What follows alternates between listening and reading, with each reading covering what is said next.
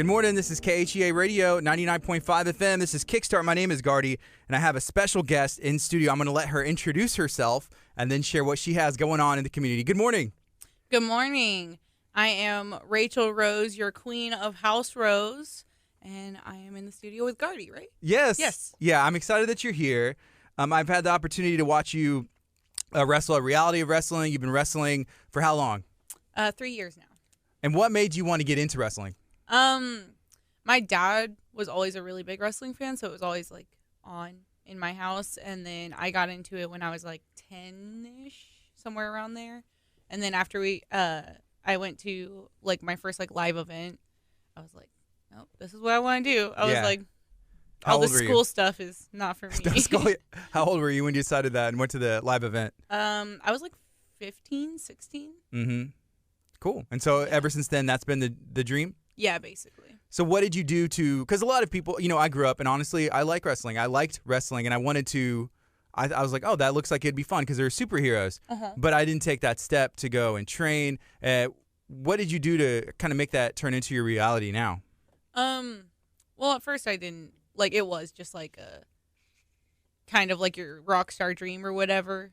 How everyone's like, I want to be like a singer or I want to be like whatever. Mm-hmm. So I hadn't put like a bunch of thought into it. And then it turns out I live very close to Booker T. And I went to Kroger's to go grocery shopping and I met Booker T while he was grocery shopping and freaked out. And he told me about his school. I knew he had a show, but I didn't know he had school.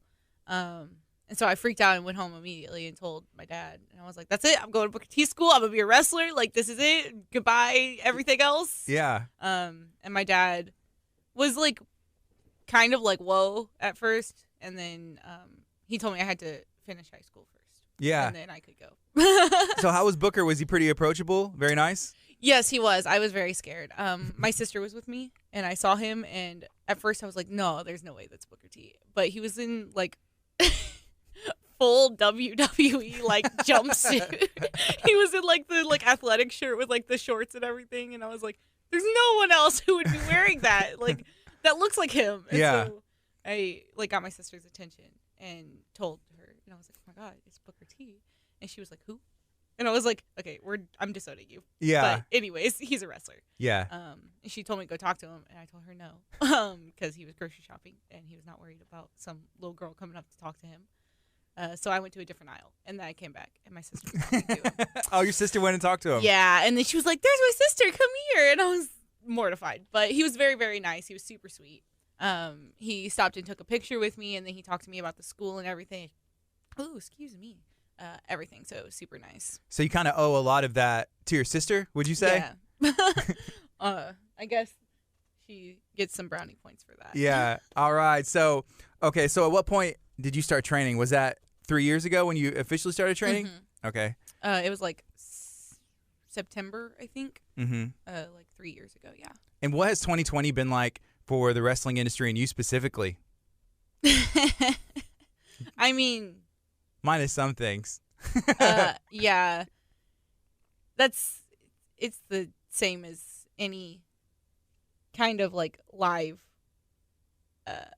job or career. It's definitely not the same. And for the first part of 2020, it was going great. We were gearing up for Mania week. We were ready to like have a lot of debuts. Texas had a collective that was going to be at Mania week with a bunch of shows to like showcase Texas wrestlers. So it was going to be really fun. And then obviously everything got shut down. So it's been like kind of very much a whirlwind for wrestling in general. And then on top of that, I came back from injury in February after like 5 months on the shelf. And then I had 2 matches back and then everything got shut down. So it was like all of my emotions were just like from super like focused and ready to come back to like I'm back and like getting in the swing of things to everything shut down. I can't even train anymore for like a month or so. So it's been very like just kind of like rolling with the punches and seeing like what we can do with the situation and kind of adapting. Did it give you more? I mean, it's like forced time to heal. Were you fully healed? What did you injure? I tore my labrum in my left shoulder. And I did that in July last year, and then I kept wrestling on it because I'm dumb. But I kept wrestling on it, and didn't stop until I think October of last year. And then I came back in February, and it was fully healed. I was still doing PT for stability and getting my strength back in it, but it was healed as far as my injury went. So I was fully healed. It was just like getting used to wrestling again since having it. Because I couldn't wrestle at all for like a couple months. Right. So whenever you first started, I believe that you were refereeing at Row and maybe some other places too, which you were really good at it. Is that something that you enjoy doing? I mean, yes and no. You probably have more screen time than anybody, more in-ring time than most. I always say my resume is stacked. You've been in the ring with, you can list all these people. Exactly. Because, I mean, I've been a referee, I've been a manager.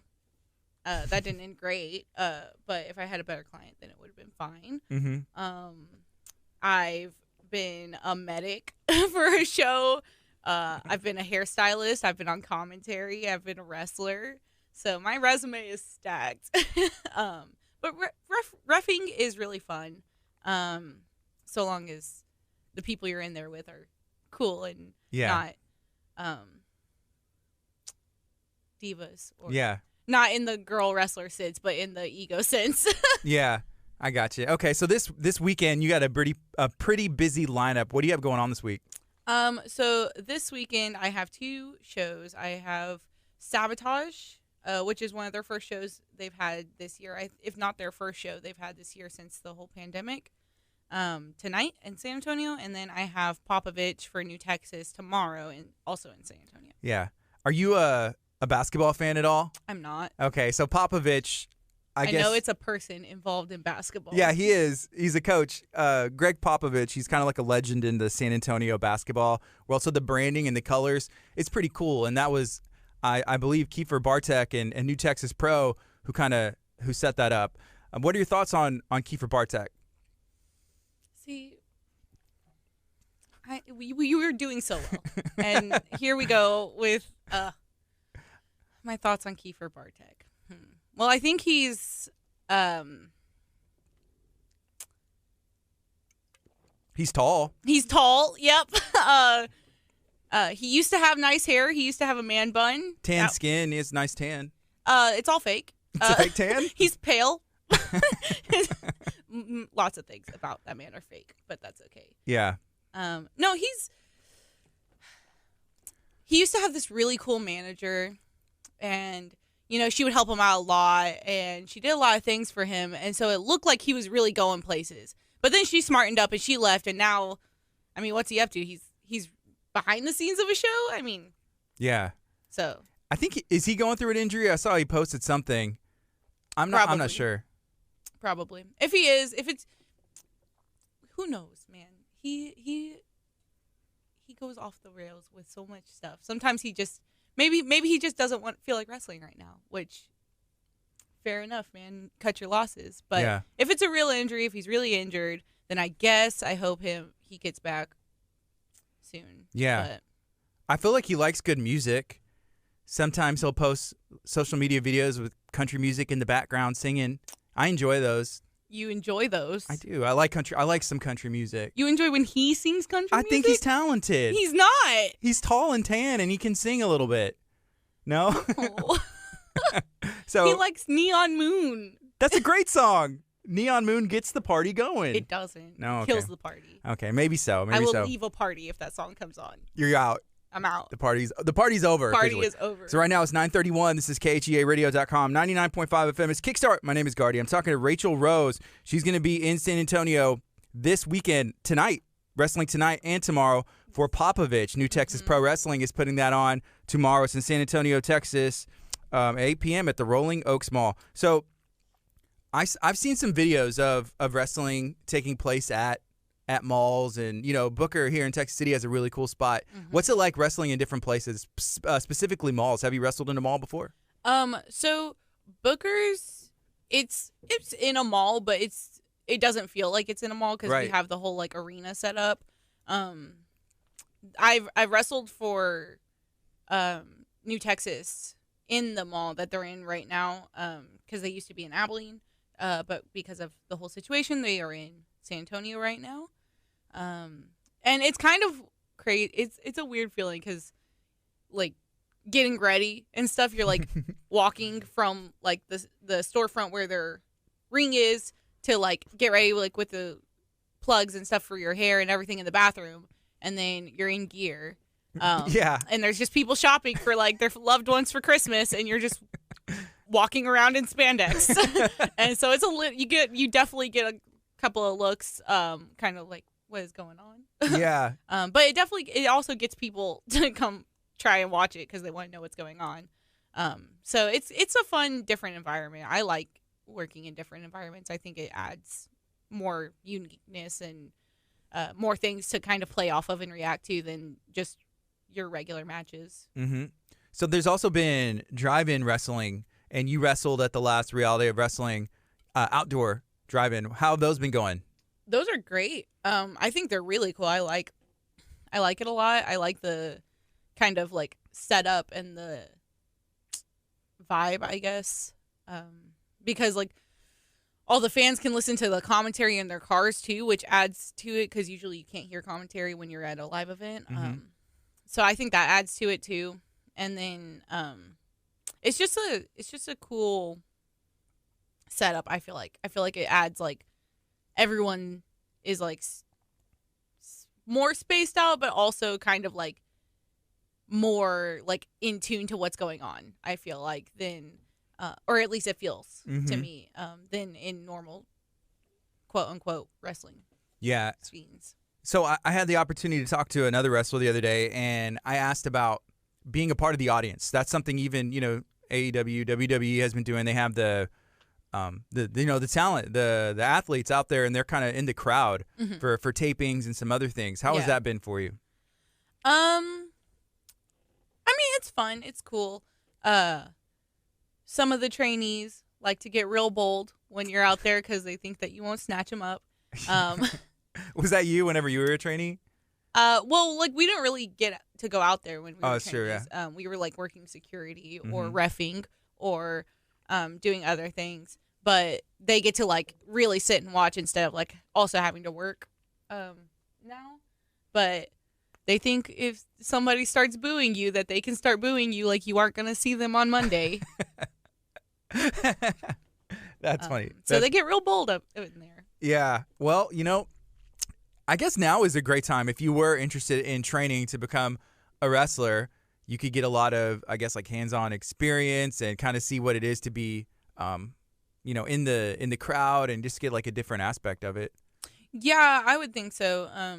I think it's a good time to start, especially because I'm sure plenty of them like aren't going to school full time, or if they are, it's online, and a lot of other jobs are getting shut down and things. So I feel like a lot of people have a lot of time on their hands and are kind of wondering what to do with it. Or at least at the beginning, we were all wondering what to do with our extra time. So I feel like there is definitely like a new opportunity for people wanting to get into the business. Mm-hmm. So what's your goals? 2020 has been an interesting year. What do you think the future holds for Raychell Rose? What do you hope? What do you consider success? Long term, for not just this year, but just in general, I will consider myself successful if I just make a living off of wrestling by itself. Don't have to do anything else to kind of like supplement it, and I can like live comfortably just off of wrestling. Be that on the independent, signed, or just kind of a mix of like everything that wrestling involves. But for this year, I mean, we've got like a month left. But I just want to expand my horizons and expand my platform and go to other companies and make a bigger name for Raychell Rose and win championships. That's also a big goal.